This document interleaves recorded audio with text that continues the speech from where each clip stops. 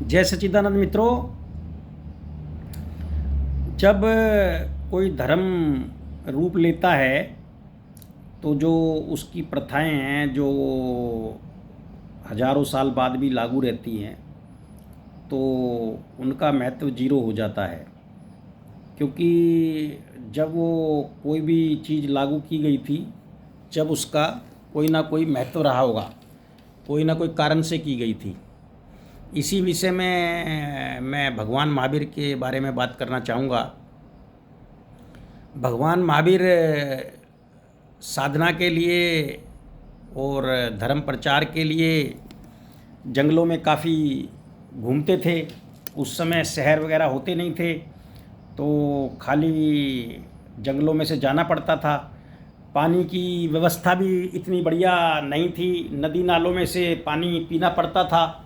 तो भगवान महावीर ने पानी को छान के पीने का विधान बताया कि पानी को जो है छान के पियो, तो उससे जो कीट पतंग या कोई उसके अंदर धूल मिट्टी होती है वो ख़त्म हो जाती है।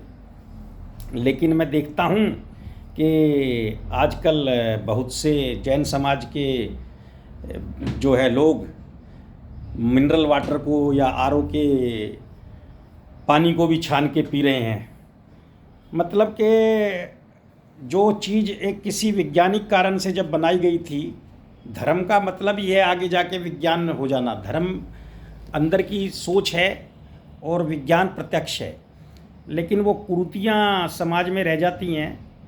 इसी तरह से एक संत ने मुझे बताया था कि पहले जो है भोजन जो है क्या था कि दिन छिपने से पहले जो भोजन करने का कारण दो थे। एक तो क्या था कि सूर्य की रोशनी में खाना जब बनाएंगे तो उसमें कोई जानवर कीट पतंगा नहीं आएगा खाएंगे तो। दूसरा कारण ये था कि पहले के लोग में, आप भी जानते होंगे, गांव में भी पहले जब लाइट वगैरह नहीं होती थी, लोग 8 बजे तक सो जाते थे। तो 8 बजे तक सोने का मतलब ये है कि भाई 5 साढ़े 5 भोजन कर लिया, तो वैज्ञानिक कारण ये था कि भाई 2-3 घंटे पहले भोजन हो गया। लेकिन अब तो देखो आप, लाइट है ना, दिन से भी ज़्यादा रोशनी घरों में रात को रहती है, जगमगाट। और सोने का समय भी बदल गया है, 10-11 बजे नॉर्मली लोग सोते हैं। तो हमें समझना चाहिए, उसका वैज्ञानिक आधार समझना चाहिए। इसी तरह एक कथा आती है कि भाई महावीर जी जा रहे थे और उन्होंने जो अपनी वस्त्र पहने हुए थे, धोती पहनी हुई थी, तो उनकी धोती किसी जो है झाड़ी में अटक जाती है, तो वो धोती उनकी जो है फट जाती है। तो महावीर जो है वस्त्र का त्याग ही कर देते हैं कि जिस वजह से मुझे कोई परेशानी उठानी पड़े, है ना, मैं वस्त्र का त्याग ही कर देता हूँ। तो तब वो कारण था वस्त्र त्यागना।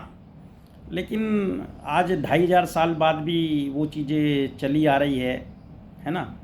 तो क्या होता है कि संतों की मजबूरी हो जाती है, क्योंकि समाज उनको, संतों को जो उनका रूप होता है उनके भगवान का, उसी रूप में देखना पसंद करता है। ऐसा नहीं है कि ये संत जो प्रवचन करते हैं इनको नहीं पता उसका महत्व, कि भाई उस समय पे जो महत्व था वो आज लागू नहीं होता है।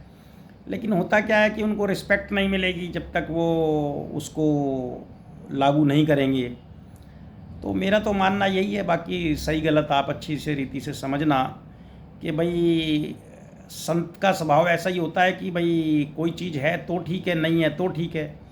तो भगवान महावीर जी के कपड़े कहते हैं कि झाड़ियों में फंस के फट गए थे, तो उन्होंने कपड़े पहनना ही त्याग कर दिया। लेकिन आज तो सब संपन्नता है और ना ही कोई झाड़ियाँ हैं, एसी हॉलों के अंदर बैठ के प्रवचन किए जा रहे हैं। तो इस चीज़ को समाज को भी समझना चाहिए और जो गद्दी पे विराजमान संत हैं उनसे, उनको भी इस चीज़ को समझाना चाहिए समाज को।